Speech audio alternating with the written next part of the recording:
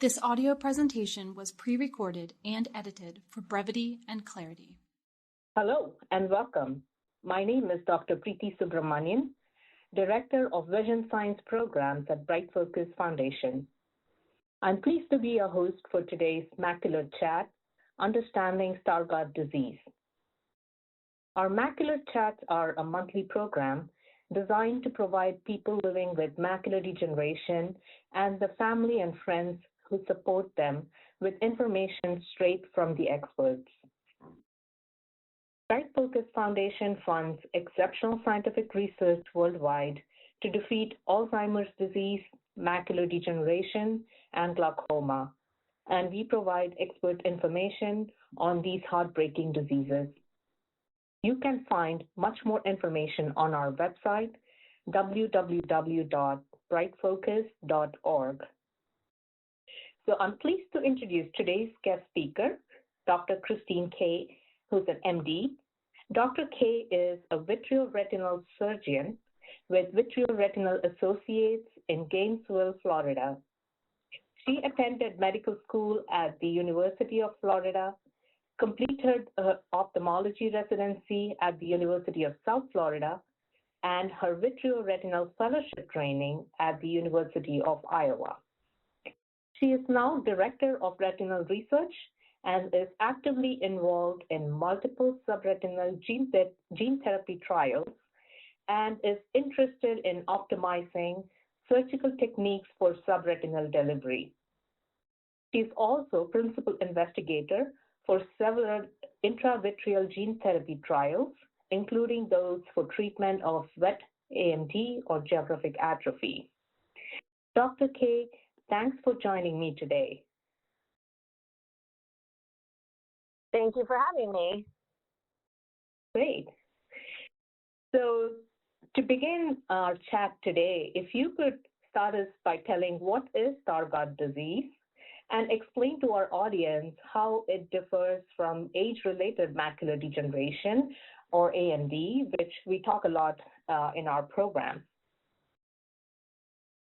Sure, and there are some similarities, and this can be confusing. So, but there is a good answer to this. So, Stargardt disease is a genetically inherited retinal condition, whereas age-related macular degeneration is a multifactorial disease where genetics does play some component.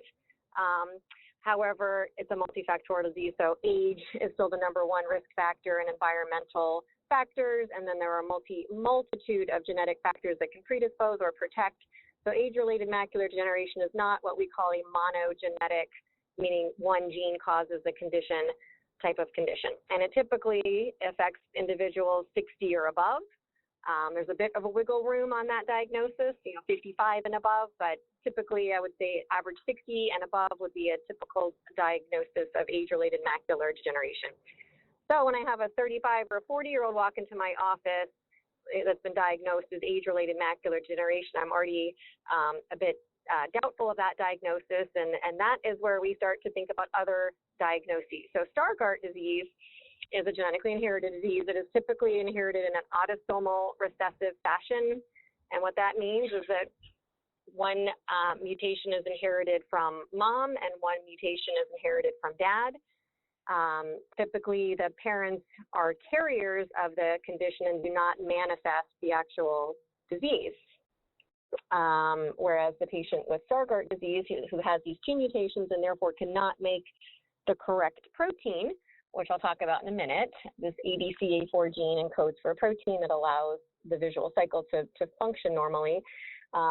These patients with Stargardt disease develop a macular dystrophy, which actually looks very much like age-related macular degeneration. It just happens at a much younger age and has a different progression and a little bit of a different appearance on clinical features.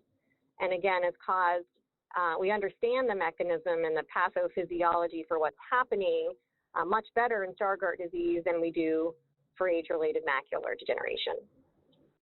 I'll stop there and let you redirect. So the typical onset for this condition, would you say, is in the mid-30s, or could it be earlier? How early can one see any symptoms, and what are some of the symptoms that one would notice early on? Okay, so for Stargardt disease, which is predominantly what we'll focus on today, and I think we'll talk a little bit about AMD at the end, but predominantly today we're going to focus on this genetically inherited Stargardt macular dystrophy. Stargardt macular dystrophy typically is a juvenile onset disease, so actually much earlier than 30. So actually a very common age is late childhood, early adolescence for first visual symptoms.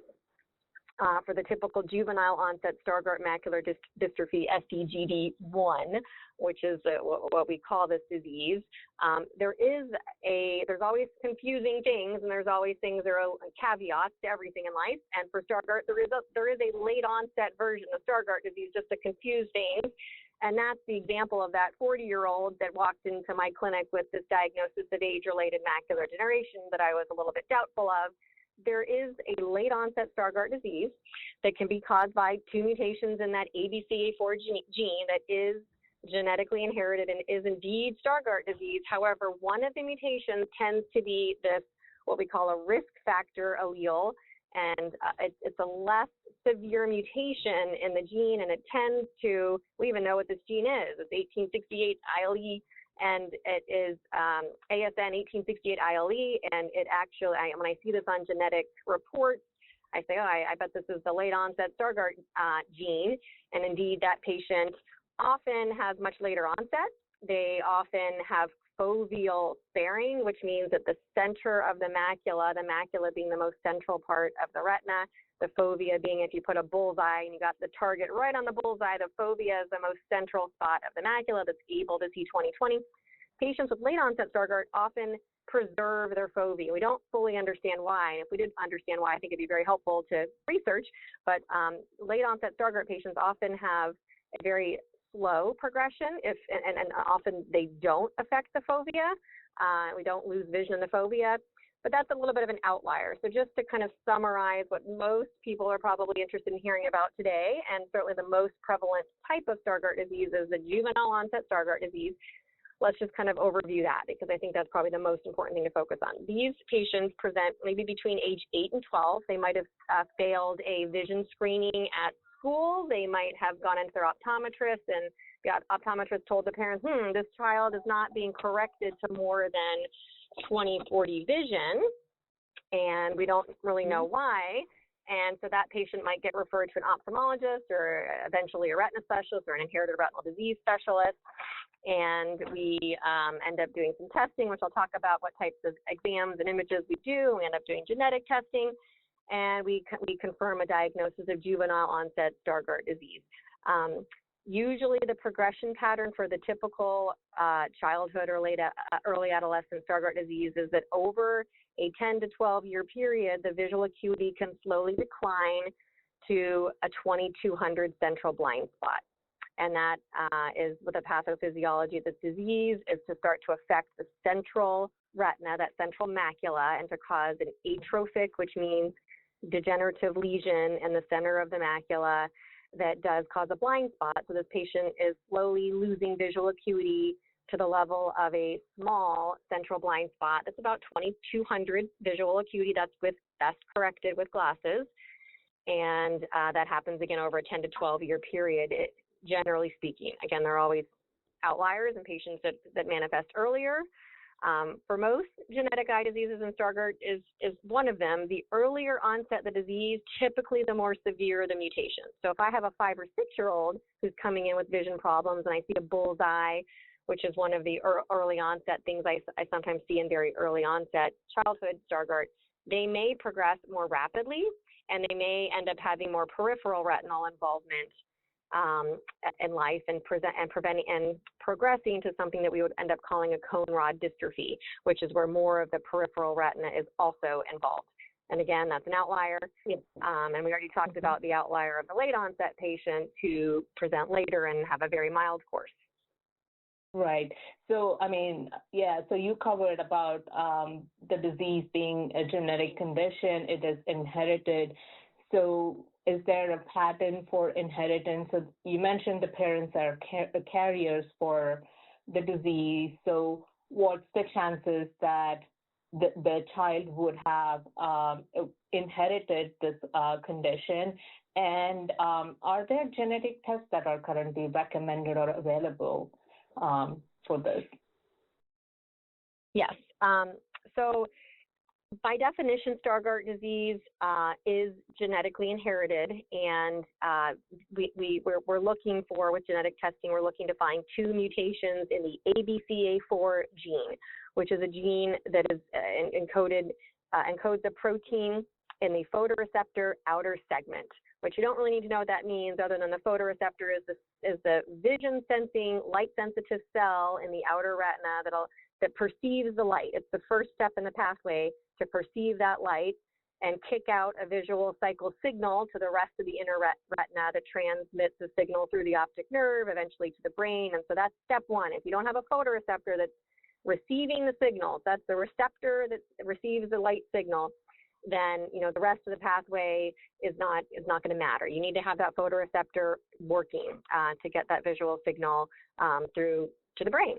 And so, yes, I think one of the really important things, and this is something that's actually often misunderstood or not really clearly understood even by ophthalmologists and retina specialists, that the idea that you have to see a big family history for a condition to be genetic. That is actually not the case. And the reason that's not the case is because the most common inheritance pattern for a genetic eye disease is autosomal recessive. And that means that mom and dad are both carriers, but they're unaffected. And likely their parents were carriers but unaffected, and their siblings are unaffected. But when 1 out of 4 times, so 25% chance that that mom and that dad have siblings, so say they could have 4 kids, only one of those 4 kids will happen to have inherited both of the affected alleles. We tend not to use the word mutation. We tend to use the word variant now in genetic eye disease. So the variant alleles, which are affected with the abnormal mutation, is the other word you could use, would go to 1 out of 4 offspring of those parents. So in families, in the U.S., our average number of children is less than 4 per family. So often that patient will have no affected siblings. They might have 2 or 3 siblings. They might be unaffected. And importantly, when that child grows up and has children themselves, their likelihood to pass this on is less than 1 out of 100. And it has to do with, of course, if they married someone who has Stargardt disease, that right. is a different calculation. But if they married someone who is unaffected with Stargardt disease, that person could be a carrier. Maybe the prevalence is roughly 1 out of 100 of carrier prevalence, but the likelihood for them to pass on is very low. So what I'm saying here is that it's a genetic condition, but given the way that it manifests, you don't see it. If you draw out this family tree, there's going to be one person that's affected, but it is indeed still genetic. You asked about genetic testing. So we would do genetic testing, and I often do that at my first visit. So I'm, of course, going to take color images and OCT, which are pictures of the thickness of the macula that we do on a fancy machine. We take autofluorescence images, which show us the health of the RPE cells, which underlie those important photoreceptor cells. Sometimes we do multifocal ERGs and microperimetry and all kinds of fancy tests. But at the end of the day, once I've had a good clinical exam, maybe an OCT picture, and I'm pretty sure this is Stargardt disease, I'm going to send genetic testing. We often send that. We can either send a blood sample or a saliva sample. Most of my patients vote for the saliva sample. It's easier. And then we send it through I tend to use the My Retina Tracker Registry, Foundation Fighting Blindness, and it gets sent off to a genetics lab. It's a big panel that's run, so 300 genes that are testing for inherited retinal dystrophies are tested all at once. You could use Invitae, which is another free funded genetic testing option. You could try to bill through insurance. There's all kinds of ways. There's all kinds of genetics labs that do these inherited retinal disease panels. But we tend to send a panel just to make sure that we're going to get a result and not just test for one gene at a time, because that would be silly. And then a few weeks later, up to 10 weeks later, depending on the lab that I use, I get back the report. And the report's going to tell me what mutations were found in what gene. And then we also, importantly, do genetic counseling to explain to the patient their results. Okay. So that seems like you explained about the process of the diagnosis. So once somebody has a diagnosis, have all these results, the genetic testing, what is the next step? Are there any approved treatments that are currently available for Stargardt disease? So currently, we do not have an FDA-approved treatment yet for Stargardt disease. There are some important things that we tell patients to avoid, and there are some important things we tell patients to consider that are potentially things that slow progressions and slow progression in vitamins. And then importantly, I know everybody's interested in hearing about clinical trials, and there's a lot to talk about in clinical trials. We talk very much about what clinical trials a patient might be a candidate for, because there are a multitude of clinical trials that are quite relevant. Some of them fairly far along in the clinical development pathway, and moving towards a potential FDA approval. But again, nothing is FDA approved as of today for Stargardt disease. But one thing to avoid, there are a couple things to avoid. Number one, avoid smoking. We know that smoking is very, very, very toxic to the retina for any macular disease, including macular degeneration. I tell my AMD patients this as well. Same thing for Stargardt. So if you already have a defect that's hurting your retina, you don't want to be smoking and causing more retinal cell loss. So no smoking, no secondhand smoke. Number two, vitamin A is the enemy in a way, and I want to clarify that statement. But vitamin A is something that we should avoid. And it doesn't mean that you can't eat carrots. There are a lot of patients that get really worried and nervous about this, and they really want to try to limit everything in their diet, and that's not the case. So a patient can basically eat whatever they want. We do tell patients to avoid liver because that's very high in vitamin A, and we tell patients to avoid fortifying any pills that have vitamin A. So we don't want you taking a pill. Even the original AREDS 1 vitamins for AMD had high-dose vitamin A, so we don't want that. We don't want the 10,000 units of vitamin A. Luckily, that's fallen by the wayside for RP. That's been debunked. That doesn't help RP. But I have some Stargardt patients that unfortunately are coming in taking vitamin A. So it's very important. No vitamin A. Don't take extra vitamin A. And the reason it's a problem is because of this ABCA4 mutation, the retina is not able to process vitamin A byproducts correctly. So, and that's why I wanted to clarify my statement. Vitamin A is not really the enemy. It's the fact that we don't have an ABCA4 enzyme to get rid of the vitamin A byproduct. So we need vitamin A. You can't deprive the eye of vitamin A or you'll go night blind. And we know that, people on a ship out to sea for 3 months ended up with ERG changes and night blind because they were depriving vitamin A. So we can't just deprive vitamin A. That's not the answer. But we want to try to help the eye get rid of the vitamin A byproducts that are created because the ABCA4 enzyme is not working correctly. Okay. And go ahead. Yeah, so no, that's great because so it's okay to have normal amount of vitamin A in the diet, but just not to have any fortified supplements or liver that might have excess amount because the eye has lost its ability with this variant of the protein in the retina. It's lost the ability to metabolize vitamin A.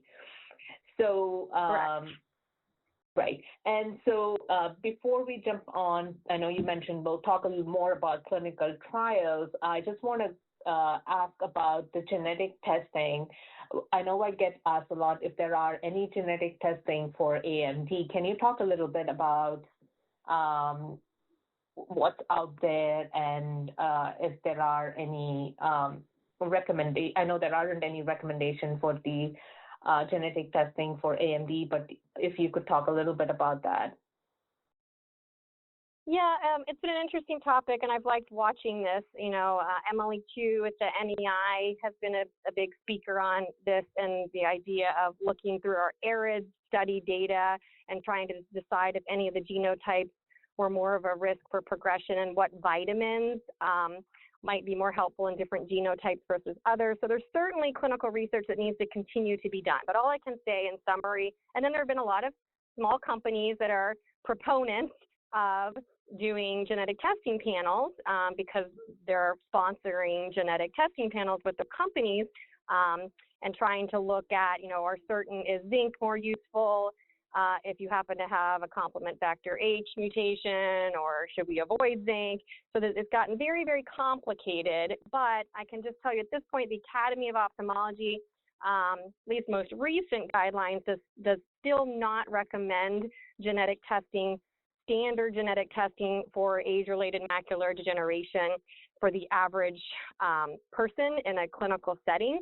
Some clinical trials are gathering that information, and it's still something that needs to be explored. But as of right now, for the general patient in a general ophthalmology or retina clinic, the Academy of Ophthalmology is not recommending genetic testing in order to impact any choices that we would make in how we manage them or what vitamins we give them at this point. That certainly could change the moment it changes, and the moment that the AO comes out and changes their tune, I'll change my tune. But that's the current guideline. Yes, great. And also you mentioned at the beginning how it's more relevant in Stargardt disease given that it's monogenic, where the genetic variant has a direct impact on the outcome of the disease, and AMD is a much more complex condition, multifactorial. Right. And there's several genes we're looking at. Correct. Right. Okay, great. So, we can switch here to talk a little bit more about, the active research that's ongoing for Stargardt disease and what clinical trials are out there that's in the pipeline. So active clinical trials, I'll try to give you a little bit of an overview of the recent and the current landscape for Stargardt disease, and then I can give you some of my predictions for where we'll be in the next few years, because there are several things in the preclinical pipeline for Stargardt disease, and I'll explain kind of why we've had some difficulties, and everybody wants to hear about gene therapy. That's, the buzzword, why has every other condition had a gene therapy trial, and why has that been problematic? And I'll explain that a little bit today and why that makes sense and why that's been challenging for this disease. I'm an investigator for a number of these trials, and so I'll mention that, and I'll sort of tell you what trials I've been involved in and my experience as an investigator at my site. I'm a retinal surgeon, and I'm an IRD specialist. I'm in Gainesville, Florida, at a practice called Vitreoretinal Associates. So we've been a really active site for a number of trials. So I've had the honor of being involved as a PI in a number of these trials that I'm going to mention to you. So maybe the first one that I'll mention is a company called, a pharmaceutical sponsor called Alkeus, and the product Gilduretinol, which is a oral drug. So we're going to try to segment this. We'll do the best I can here to keep this sort of organized. Let's do some oral drugs first, and then we'll move into gene therapy and surgical trials at the end. So an oral drug called Gilduretinol, ALK-001 is what it was called in our earlier protocols. This is a modified form of vitamin A. And so imagine vitamin A, like we talked about a little bit, is not exactly the enemy. It's the fact, we need it. We have to dark it up. We have to see. We need vitamin A, but we don't want vitamin A to build up as a byproduct. So what ALK-1 or Gilduretinol has the capacity to do, and I was very impressed with the preclinical data in this particular drug. It allows the visual cycle to occur normally.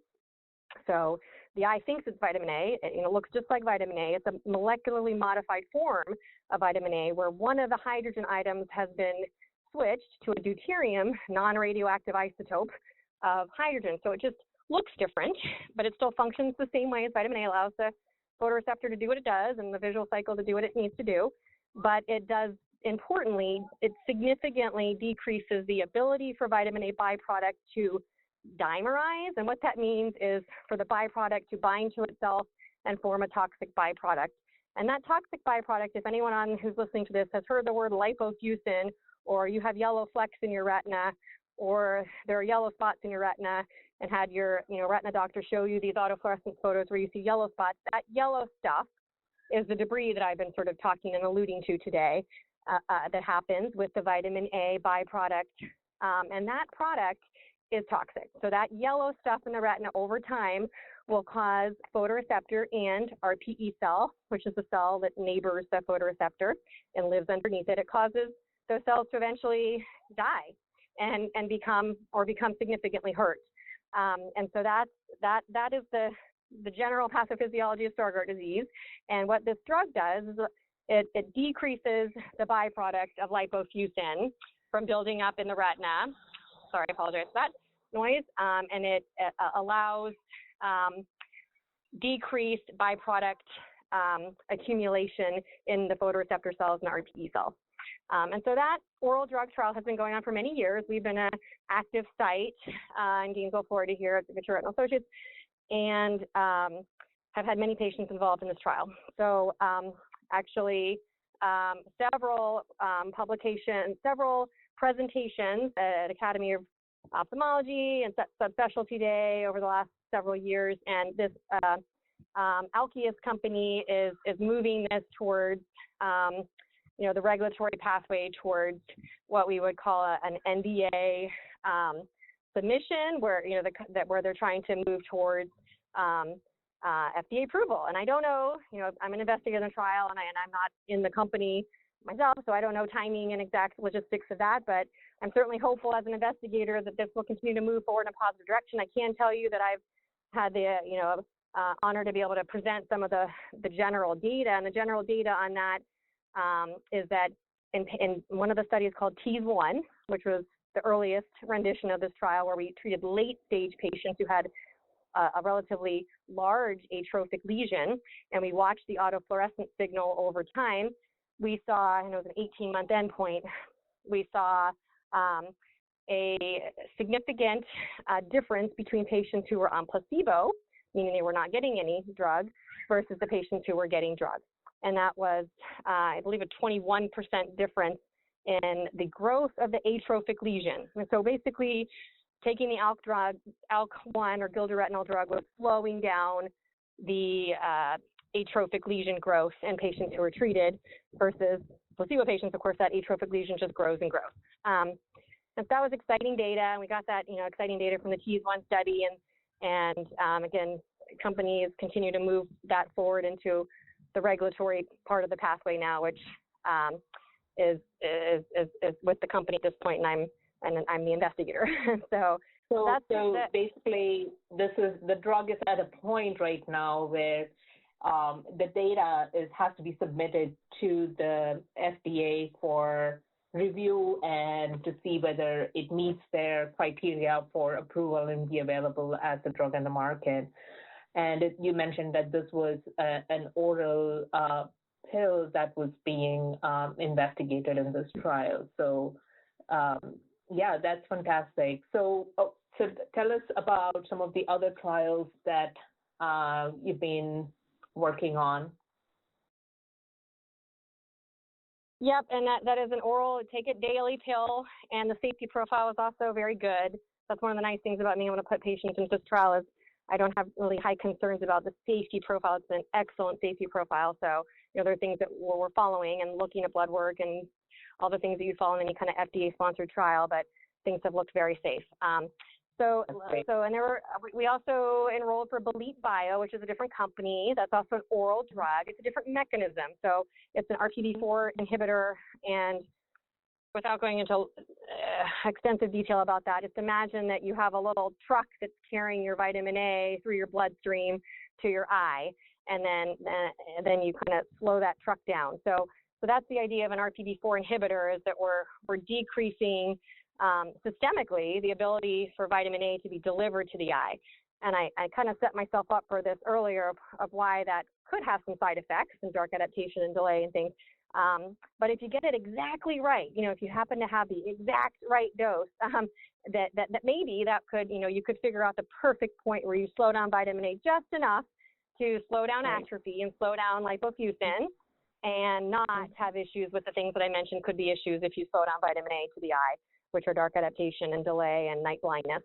And so that is a company called BrightFocus that is working on a study that I was a site for in the U.S., and they had an earlier ex-U.S. site that had some promising data and open label. That means that all the patients were treated, and they are focusing on a younger population. So I believe it was 20 and below, 20 years old and below, so more of a pediatric population of patients, and hoping to be able to intervene early to prevent disease acceleration.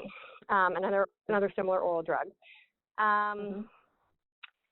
There were other trials I won't even really go into because I wasn't a site, and some of them did have some positive efficacy signals, but had some safety issues and side effects. A mixostat studied both in Stargardt and in AMD.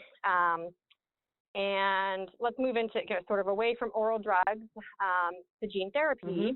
And then we'll even talk at the very end about optogenetics, because I do want to mention what about the late stage patients, because I think that group of patients often gets forgotten. And I have a lot of those patients in my clinic that want to know, what about me? I already have a 2200 blind spot. What about me? So we'll get to that. But the next category is gene therapy. And when I say gene therapy, I typically mean replacement gene therapy with an adeno-associated viral vector, or in the days of the original Sanofi trial, it was a lentivirus vector. And the reason that the vector is important, not to bore everyone, but the vector is what we use to carry the gene into the photoreceptor. So imagine the truck scenario again. We have to have the right size truck to carry the passenger. And for the ABCA4 gene, it's a very big gene. It happens to be a very large gene. So the reason you don't see Stargardt disease in every gene therapy trial that's going on right now, and all the big companies working on X-linked RP and working on achromatopsia and working on X-linked retinoschisis, those happen to just luckily be smaller genes, and they happen to luckily just fit nicely into the AAV cassette, which is the virus that we like to use because it works the best. The lentivirus is twice as big. It fits 8 to 10 kilobases. And so Sanofi, a company a few years ago, used a lentiviral vector to deliver the entire ABCA4 gene. And that trial did, Paris, Isabel Auto, a good colleague and friend of mine, very great site, was involved in this, and OHSU, a wonderful site in Oregon, the Portland, Oregon OHSU site. And so they have followed data. That trial has since terminated. And there wasn't an efficacy signal. There were a few safety and inflammation signals that were released, but in any event, that study did terminate.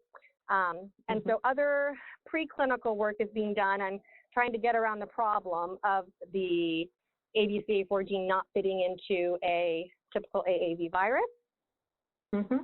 And that is, some of the companies are working on something called dual vector therapy, where you cut the gene in half and try to have it recombine, something where you take a smaller part of the gene, and all kinds of interesting preclinical work. And we absolutely will see in the next 5 years some other companies probably developing programs for Stargardt disease with gene therapy. But the one that's in the clinic right now in my site was the first to have a patient recruited and treated, and I sent my patient for surgery.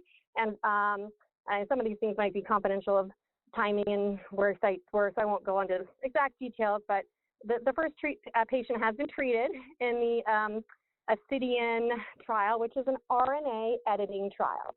What does that mean? So now I'm getting really complicated. So we were talking before about gene therapy where you replace the DNA. RNA, for those of biochemists who are on the call, is a middle part of the equation. You have DNA, and then you have RNA, and then you have protein. And so this particular company is getting around the fact that they can't fit the AAV, the DNA into the AAV, and are editing the RNA. It does address exons 1 through 22, so about half of the genome. Mutations have to be on that side of the gene for it to work. But it is in clinical trial right now. We don't have any data to share, obviously. This is way too early, but it is exciting that we have an RNA editing first in human trial that's just begun with a company called Ascidian Therapeutics. That's great. And also, I know you mentioned about gene therapy and using viral vectors. I just, want our audience to know that these viral vectors are safe for use, and they are typically used as carriers of the genes that are being replaced in studies and in treatment options that are available out there. So that's really exciting, because it looks like we are trying to target the disease by not only at the protein level, but at the gene level and also at the RNA level with this new trial that you just mentioned about. And so we have a question from one of the listeners, and the question is, my grandson is 17 years old. Is there a point in time where he will not be eligible for these new treatments? I know you mentioned about the one of the Belite Bio trials that is under the age of 20, but if you could share some insight into that about the eligibility for these new treatments? Yeah, so there are always age requirements for these trials. There's an inclusion criteria of what age patients are being recruited, and it always depends on what phase the trial is in. So when we have these early phase 1, 2 subretinal surgical gene therapy trials, they're not going to have a kid be the first patient in the trial. The FDA is not going to endorse that, and the company is not going to suggest that. So typically, surgical trials start in adults, and so it would be common for 18 and up to be the first adult cohorts to go through. Often these trials will have an expansion phase where pediatrics are being treated. So, a common age would be 6 and up. We don't have 1-year-olds, who need, who have a diagnosis of Stargardt disease. It doesn't manifest that young. So, but, it would be common. It depends on the gene, it depends on the disease and the onset of when we would typically see a patient recruited. So, was the question a 17-year-old was my grandson? Is that the question?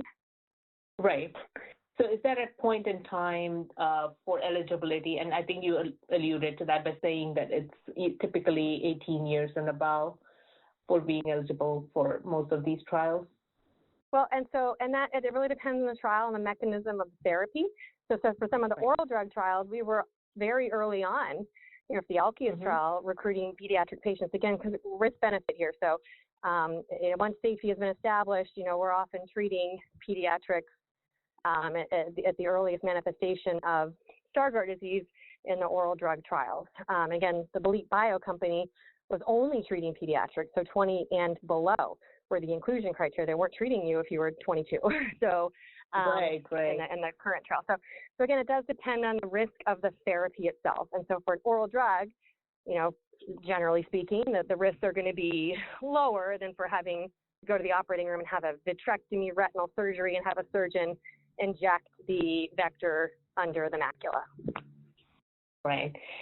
So, you mentioned about the Alkeus trial, and so the Macular Degeneration Research Program of BrightFocus Foundation in 2010 funded the first study that led to the development of this novel treatment with gelretinol, ALK001, and the drug is also now being tested for geographic atrophy in clinical trials. So can you tell us a little bit about that study and if, how this treatment can benefit individuals with AMD?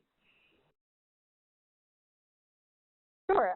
The trial is called SAGA, S-A-G-A, and we were a site. And this data has been, so of course it's a placebo-controlled trial at that point, and it was several years ago that we were beginning recruitment for that, when there were no approved GA drugs, which is now a different story because now we do have a couple FDA-approved drugs for geographic atrophy that involve injecting an eye, Syfovre and Izervay. But anyways, at the time of the enrollment of SAGA, there were no other FDA-approved drugs, and so there was a placebo-controlled arm and a randomized trial, and that data has been recently unblinded. What's the word that we actually use? Unmasked, and so meaning that they were able to calculate and look at the data, and that is going to be released at some point in the relatively near future. So stay tuned. At one of these academies, this data will be released, and I certainly would not want to burst that bubble, and that is for the company's timing to release that data to the public. So stay tuned, and yeah. So I know you mentioned about optogenetics for the advanced form of Stargardt, and I know that there's a lot of interest in that even for, advanced vision loss with AMD too. So tell us a little bit about the optogenetics study. Sure, and I have not been an investigator for the company Nanoscope, but I've actually been an advisor and a consultant for the company, and part of even some of the meetings they've had with the FDA recently. So they have a program for their Optogenetics program, which I need to explain, for both Stargardt disease and for retinitis pigmentosa. Those are the two programs that the Nanoscope therapeutics company is evaluating their optogenetics therapy in. Optogenetics, now we got to kind of think a different way here, is a totally different mechanism than anything we've talked about today. So optogenetics, remember how earlier today I was saying, if you don't have any photoreceptors, you're kind of in trouble. We can't fix that. Well, that's true. We can't replace easily photoreceptors yet. And there are a few stem cell trials, which I won't even really get into today, but nothing prime time that's working perfectly yet with stem cell therapy yet in human clinical trials, for sure. But we can bypass it. So at least we theoretically can bypass the photoreceptor cell, and that is called optogenetics. So optogenetics is genetically it's genetically re-engineering a cell to be different than it was originally designed to be. And so depending on the target and the promoter, and the nanoscope program, the bipolar cell, which is the inner retinal cell, so not a photoreceptor, because we know some of those photoreceptors are gone. The nanoscope program targets the bipolar cell with an AAV vector, that adeno-associated viral vector, and it delivers into the bipolar cell, which is this neighboring inner retinal cell that's kind of just hanging out there doing other things in life. It tells this bipolar cell, by delivering something called multi-characteristic opsin, and opsin is a photopigment, it tells that bipolar cell to wake up and start seeing light and sensing light. So it basically redesigns a bipolar cell to think, sort of, that it's a photoreceptor. And I'm totally misconstruing that, but that's the general concept, just to think about it very casually, is that we're telling an inner retinal cell to start sensing light. And it's an algae-based gene called multi-characteristic opsin, or MCO, and delivering that gene to a bipolar cell. And so it's turning on that bipolar cell's ability to sense light, and patients in their RP program and their Stargardt program did have some really interesting efficacy signals where they had some improvement in their visual acuity and ability to navigate mazes and do these shape discrimination tests. So, you know, exciting, interesting data where we're actually improving and restoring visual function. And that's what my 2400 patient wants to know about when they come in the door. My 60-year-old patient with Stargardt, who's had this his whole life, you know, who's not a candidate for, or, you know, wouldn't really totally help him to slow him down at that point. He's probably already progressed to about where he's going to be. It wouldn't hurt him to be in an oral drug that slows progression, but it might not restore anything. So the idea of restoration, the idea of improvement, that is a very important concept to not forget to talk about today. And that one of the types of therapies to talk about is optogenetics. And one of the companies that's maybe farthest along in that is Nanoscope. Yeah, no, that's really exciting to really be able to bypass the regular pathway, but awaken some of those cells that are just, unaffected by the disease, and just make them think that, okay, you can step in and help with this visual pathway now. It's really exciting. It's really very futuristic studies, and hopefully these are going to be available in a very disease agnostic way, which can be applied to other diseases of the eye too.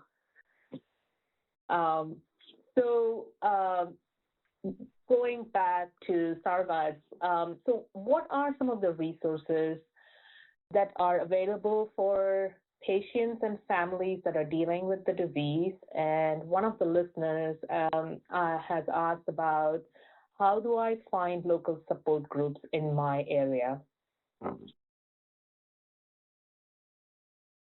Sorry, what was the question? I missed the last question. How do I find the what in my area?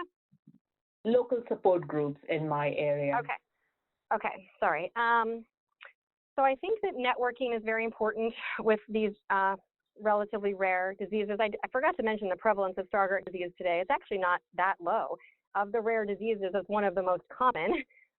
It's actually the most common inherited retinal disease I see in my clinic, with approximately 1 out of 8,000 prevalence. And so if you add that up, you know, in my little town here in Gainesville, Florida, I have about 250 patients that are genotyped with 2 mutations in ABCA4 that have a diagnosis of Stargardt disease that live kind of near me in the North Florida area.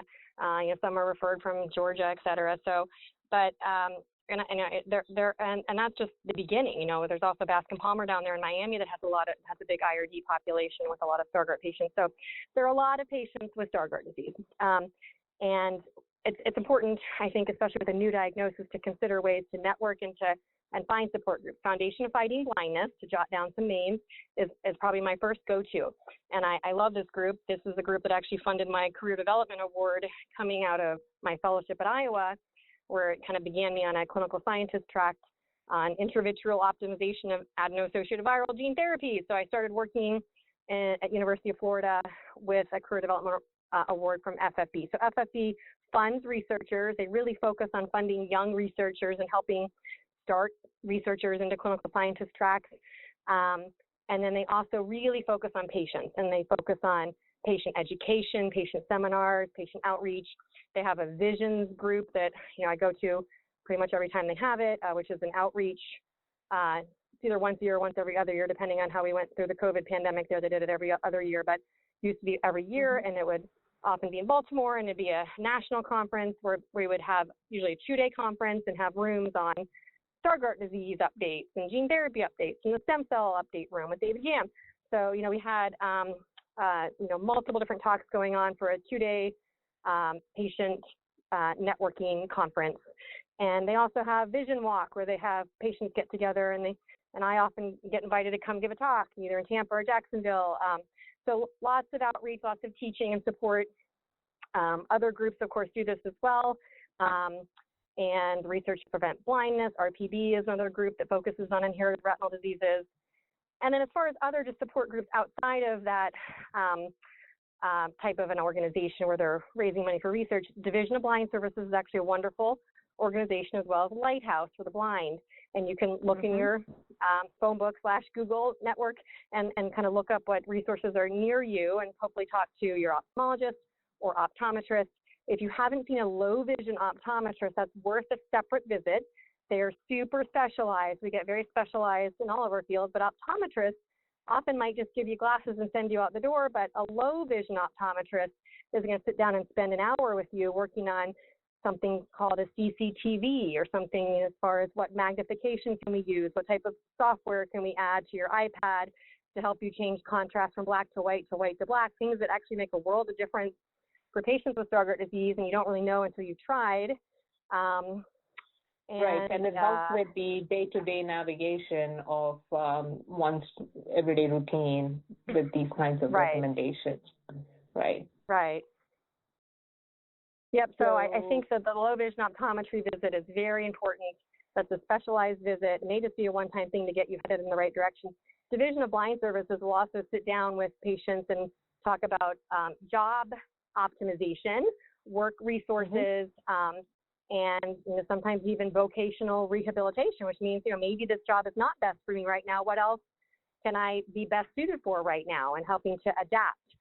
So it's all about adaptation and kind of working with what we have and using technology to help us.